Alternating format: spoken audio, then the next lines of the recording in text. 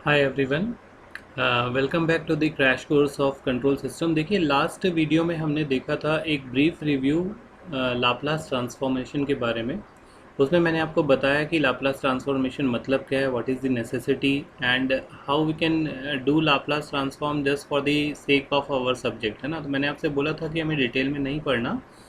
कुछ बेसिक फार्मूले हैं लाप्लास ट्रांसफॉर्मेशन के जो आप याद कर सकते हैं और जिनसे जो है आपका काम चल जाएगा। ठीक है, यहाँ पर देखिए, अब इस पर्टिकुलर वीडियो में करना क्या है हमें। अब मैं आपको बताने वाला हूँ कि कैसे कंट्रोल सिस्टम को क्लासीफाई करते हैं, what is the classification of A control system. ठीक है, तो देखिए, क्लासिफिकेशन पढ़ने से पहले हमें देखना है उसका रिप्रेजेंटेशन। ठीक है, रिप्रेजेंटेशन क्या है कंट्रोल सिस्टम का।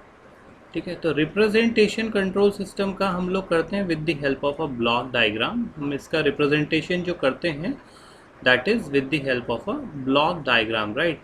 तो कैसे होता है ये ब्लॉक डायग्राम देख लीजिए। तो हम लोग क्या करते हैं, एक ब्लॉक बनाते हैं और उस ब्लॉक में हम लोग लिखते हैं सिस्टम। सिस्टम और यहाँ पे लिख सकते हो आप एलिमेंट्स। ठीक है, और इन एलिमेंट्स को हम लोग दे रहे हैं कुछ इनपुट। ठीक है, इनपुट देने पर ये सभी एलिमेंट्स कुछ काम कर रहे हैं और आपको दे रहे हैं एक आउटपुट। ठीक है, तो कई बार ये ही ब्लॉक डायग्राम को हम ऐसे भी रिप्रेजेंट कर सकते हैं। हम यहाँ पे एलिमेंट्स ना लिख के उनके द्वारा किए गए कामों को हम लिख देते हैं कंट्रोल एक्शंस। ठीक है, तो कई जगह आपको ऐसा भी लिखा हुआ बुक्स में मिल सकता है, अगर आप बुक्स रेफर करते हैं तो, कि आप किसी सिस्टम को इनपुट दे रहे हैं और यहाँ पर जो एलिमेंट्स हैं उस सिस्टम के, they are performing some individual task known as control actions. ठीक है, और फिर आपको मिल रहा है आउटपुट। ठीक है, so this is basic representation of a control system. ठीक है ना। अब देखिए, क्या अगर मैं इसको थोड़ा सा मैथमेटिकली फॉर्मुलेट कर दूं, तो किसी भी कंट्रोल सिस्टम में आपका जो इनपुट होता है, ठीक है, उसको हम लोग आर टी से डिनोट करते हैं।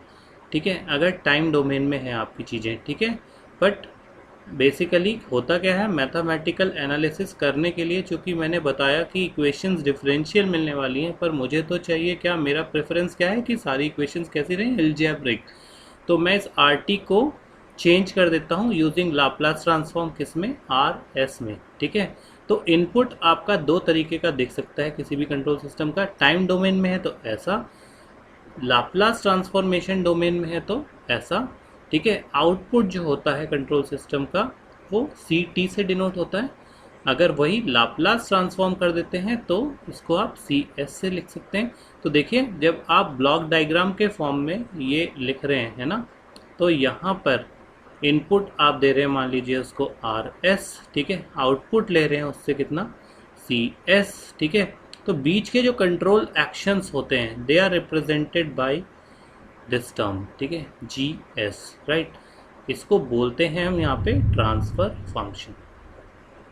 ठीक है, अब इसका क्या मतलब होता है ये अलग से भी पढ़ाऊंगा इसी वीडियो में। ठीक है, अभी आप नाम समझ लीजिए, this is called transfer function. तो transfer function is nothing but a mathematical representation to the control actions performed by the system elements. ये आपको याद रखना है। ठीक है, तो इतनी टर्मिनोलॉजी अगर आप समझ गए तो अब देख लीजिए क्लासिफिकेशन क्या होता है कंट्रोल सिस्टम का। ठीक है, तो क्लासिफिकेशन ऑफ कंट्रोल सिस्टम,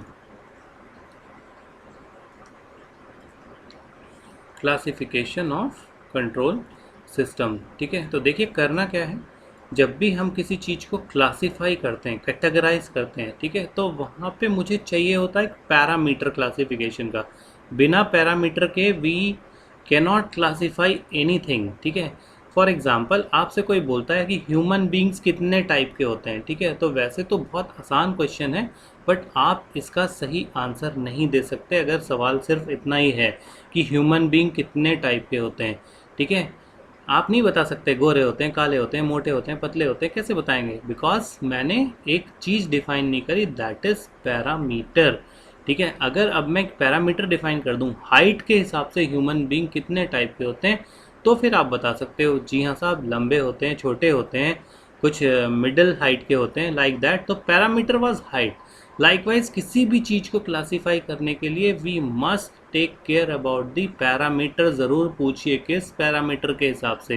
तो अभी मैं बोल रहा हूँ कंट्रोल सिस्टम को क्लासीफाई करना है, तो कंट्रोल सिस्टम को बहुत तरीक़ों से क्लासीफाई किया जा सकता है, बट अभी हम वो सारे क्लासिफिकेशन नहीं पढ़ने वाले, because we are running in a this crash course. तो जो हमारे काम का है पढ़ेंगे। तो अभी जो पैरामीटर हैं यहाँ पे हमने कंट्रोल सिस्टम को क्लासीफाई करने के लिए लिया है, दैट इज़ फीडबैक।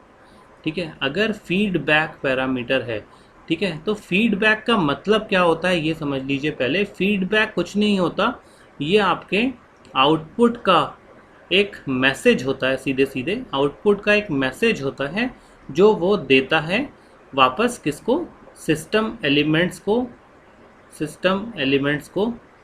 ठीक है, आउटपुट का एक मैसेज होता है जो वो देता है किसको, सिस्टम एलिमेंट्स को, ताकि सिस्टम एलिमेंट्स उस आउटपुट के अकॉर्डिंग अपनी वर्किंग को चेंज कर सकें। ठीक है, अपनी वर्किंग को चेंज कर सकें। तो देखिए, अगर फीडबैक मेरा पैरामीटर है तो कंट्रोल सिस्टम को हम लोग दो अलग अलग पार्ट्स में क्लासीफाई करते हैं। एक कहलाता है मेरा ओपन लूप सिस्टम, ठीक है, एक मेरा ओपन लूप सिस्टम कहलाता है, और एक कहलाता है मेरा क्लोज लूप सिस्टम।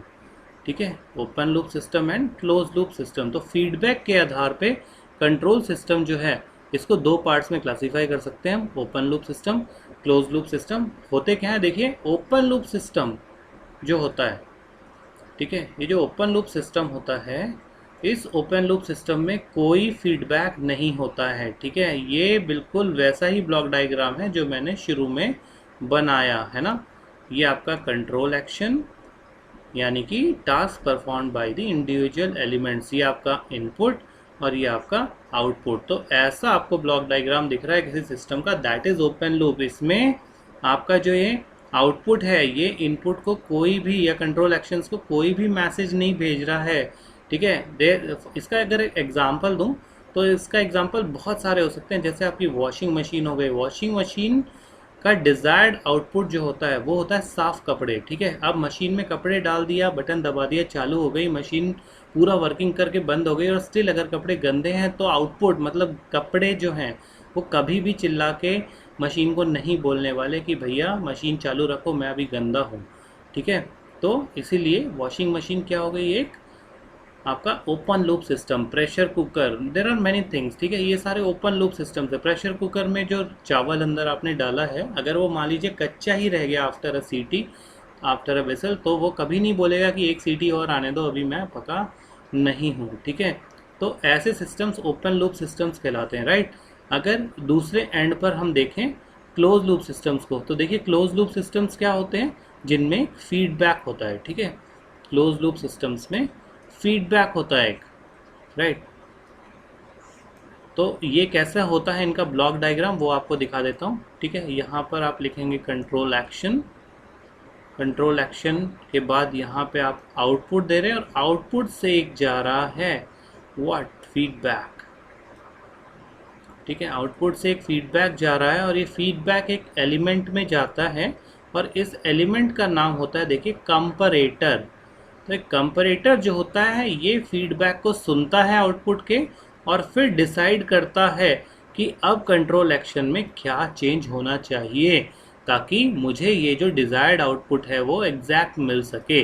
ठीक है, तो ये जो चेंज कर कर देता है यहाँ पर नया सिग्नल, इसको बोलते हैं एरर सिग्नल। ये इसको एक एरर सिग्नल देता है जो बताता है कि साहब अब ये चेंज कर लो अपने कंट्रोल एक्शन में, ताकि डिज़ायर्ड आउटपुट हमें मिल सके। तो this is about close loop system. इसका एग्जाम्पल जो होता है वो एयर कंडीशनर होता है। आपके घर में एसी एक डिज़ायर्ड टेम्परेचर पे, मान लीजिए 20 डिग्री पे आपने सेट कर दिया, तो आप ऑन करेंगे 20 डिग्री पर आ जाएगा टेम्परेचर, ऑटोमेटिक एक्सटर्नल यूनिट जो है वो बंद हो जाती है। ठीक है ना, और जैसे ही कमरे का तापमान बढ़ता है फिर से automatic, so there is no manual interference, सब कुछ ऑटोमेटिक हो रहा है। ठीक है, तो थर्मोस्टेट के कारण। ठीक है ना, तो अब क्या होता है देखिए, एसी जो है आपका एक क्लोज लूप सिस्टम है। रेफ्रिजरेटर, आज के जो मॉडर्न रेफ्रिजरेटर्स हैं, they are close loop system. तो ये एक क्लासिफिकेशन है। चलिए नेक्स्ट वीडियो में मैं आपको बताऊंगा ट्रांसफ़र फंक्शन क्या होता है। अगर आपको वीडियो अच्छा लगा है तो इसको